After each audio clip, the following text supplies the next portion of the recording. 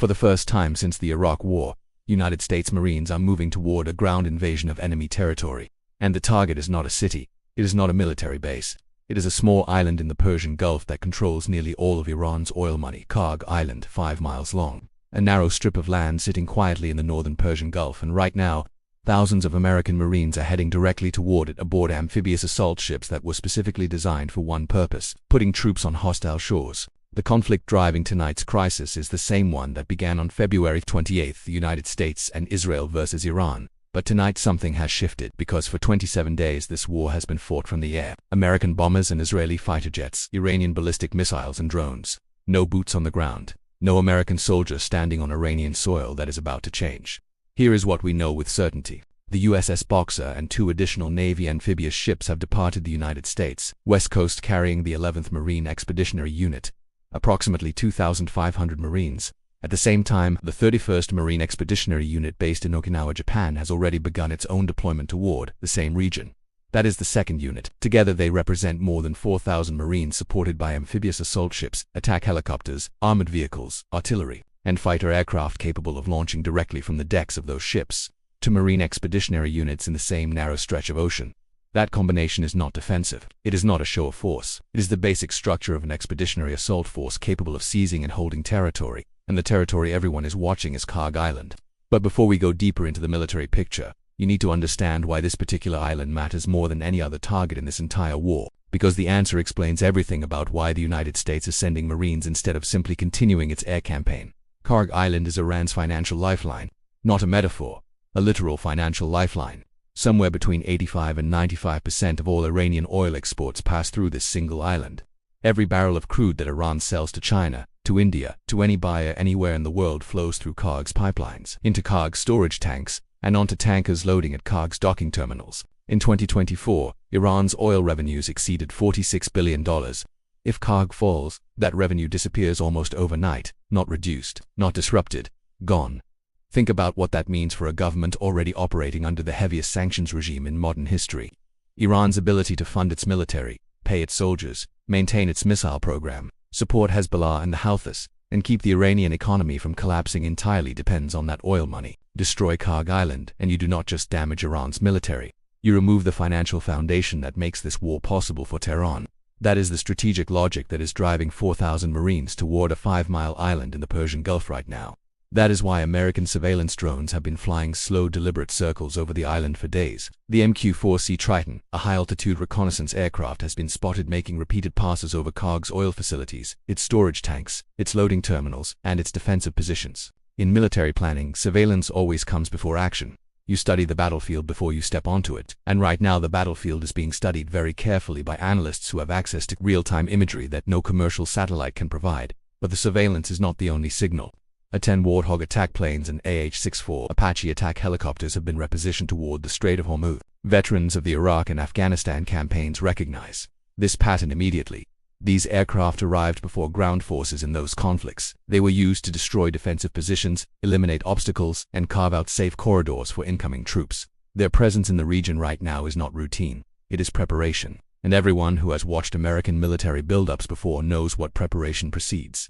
Now let me show you the 3 options that American military planners are currently evaluating. Because understanding these options tells you exactly what happens next and what the consequences are for the global economy regardless of which path is chosen. Option 1 is a naval blockade. Instead of landing troops on Kharg Island, American warships position themselves offshore and simply prevent tankers from reaching the loading terminals.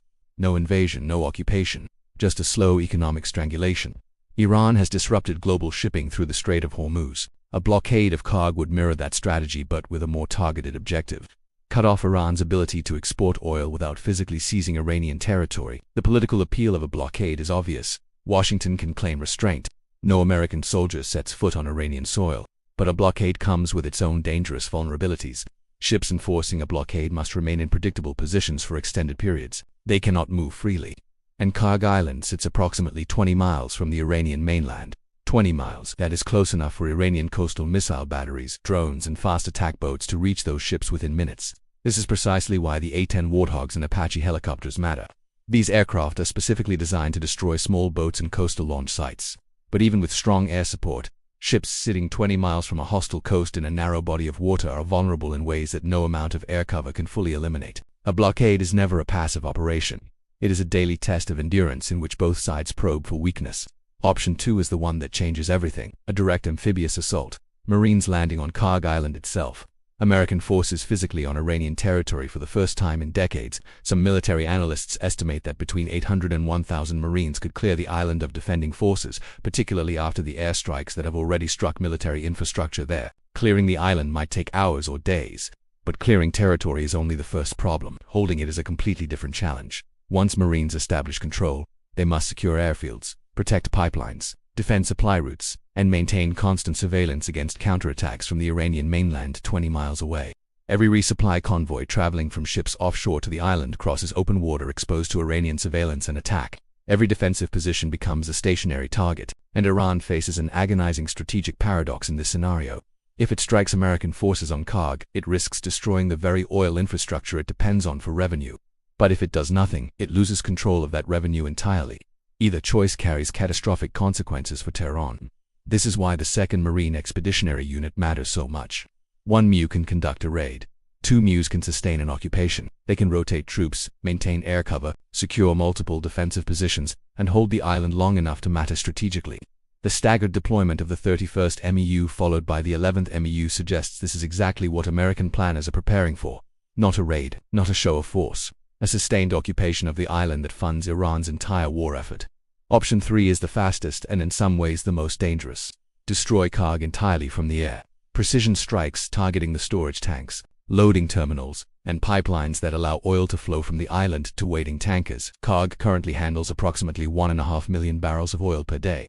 If those facilities are reduced to rubble, Iran's export revenue stops almost overnight. Repairing such complex infrastructure would not take weeks or months, it would take years. From a purely tactical perspective, this option is clean. No troops exposed on the ground, no warships tied down, strike from the air and withdraw.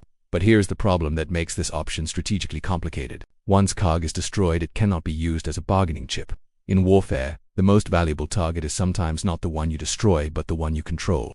A devastated island generates no leverage in negotiations. A controlled island generates enormous leverage. And the global economic consequences of destroying Kharg would not be limited to Iran. Countries that depend on Iranian oil, particularly China, would face immediate supply disruptions. Global energy markets would tighten dramatically. Diplomatic pressure from Beijing, from Moscow, from every energy-dependent economy on Earth would land on Washington simultaneously. Now let me show you why this decision is so difficult for the Trump administration tonight. Because the signals coming from Washington have been completely contradictory, and that contradiction is itself a strategic message. Trump extended the deadline for attacking Iranian power plants by 10 additional days, until April 6th. He said Iran itself requested this extension and that talks are going very well. Iranian officials publicly rejected any talks, calling the extension a tactical maneuver to buy time while more American forces arrive in the region. And they are not entirely wrong, because the Marines keep moving regardless of what the diplomats say. This contradiction is not accidental. Washington is simultaneously applying maximum military pressure and signaling maximum openness to diplomacy. The Marines heading toward Kharg are both a military force and a negotiating tool. Their presence tells Tehran that the cost of continued resistance is not another wave of airstrikes. It is boots on Iranian soil. It is the occupation of the island that funds the entire Iranian war effort. And that message is being received in Tehran, whether Iranian officials acknowledge it publicly or not. The Israeli dimension adds another layer of complexity. Senior Israeli military commanders have told reporters that they need several more weeks of fighting to complete their war objectives.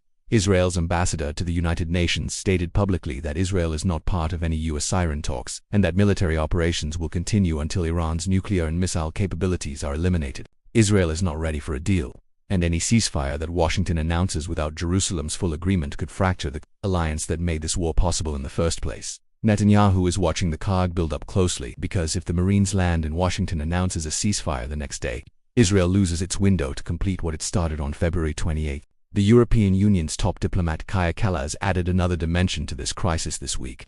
She stated publicly that Russia is providing intelligence support to Iran specifically to help Tehran target American forces. She said Russia is helping Iran kill Americans and is supplying drones that Iran is using to attack neighboring countries and U.S. military bases. That accusation transforms this conflict from a regional war into something with direct connections to the broader confrontation between NATO and Russia. If Russia is actively helping Iran kill American soldiers, the implications extend far beyond the Persian Gulf. They reach into every alliance commitment that Washington has made across Europe and Asia. Pakistan has emerged as the critical intermediary in the diplomatic track running parallel to this military buildup. Pakistan's foreign minister confirmed this week that Islamabad is actively relaying messages between American and Iranian officials. Turkey and Egypt are playing supporting roles in the same back-channel effort. These countries understand that the window for a negotiated solution narrows every day that 4,000 Marines move closer to Kharg Island. Iran's parliament has added its own provocative dimension to the standoff this week. Legislators are preparing a draft law that would mandate the collection of tolls and duties from ships transiting the Strait of Hormuz. Iran wants to treat the world's most important energy waterway like Egypt treats the Suez Canal, charge every ship that passes through, turn a geopolitical choke point into a permanent revenue stream. That demand alone would restructure the international maritime order in ways that no Western government could publicly accept, and it signals that Tehran's negotiating position is not one of desperation. It is one of strategic confidence. For the approximately 2,000 vessels and 20,000 seafarers currently stranded in the Strait of Hormuz, Kharg Island is not an abstraction. It is the reason they cannot go home. If Kharg falls to American forces, Iran's financial incentive to keep the strait closed collapses. Without oil revenue, Iran cannot sustain the economic warfare strategy that has been its most effective weapon in this conflict. Open the strait and the tankers move.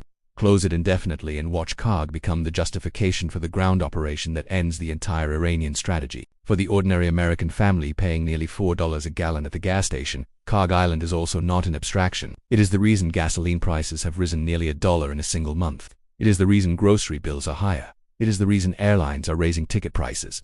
The economic blast radius of this conflict reaches every household in every country that depends on energy, which is every country on Earth. What we know tonight is this. More than 4,000 United States Marines are moving toward the Persian Gulf aboard amphibious assault ships designed for one purpose. Attack aircraft are being repositioned to clear the path. Surveillance drones are mapping every defensive position on Kharg Island. Iran's oil revenues flow through a 5-mile strip of land that American forces are now close enough to reach. 3 options are on the table: blockade, invasion, or destruction. Each one carries consequences that extend far beyond the Persian Gulf. Each one would reshape the balance of economic and military power in the region for a generation. And the decision has not yet been made. But the forces are in position. The reconnaissance is complete. The attack aircraft are ready. And Kharg Island, the small strip of land through which nearly all of Iran's oil money flows, sits at the center of a standoff that could determine not just the outcome of this war but the future of American military credibility, Iranian economic survival, and the stability of the global energy system that every country on Earth depends on. The Marines are coming. The surveillance drones are watching. The attack aircraft are waiting. And somewhere in Washington, in a room with no cameras, a decision is being made that will determine whether the next phase of this war is fought from the air or fought on the ground. The only question left is what those Marines are ordered to do when they arrive.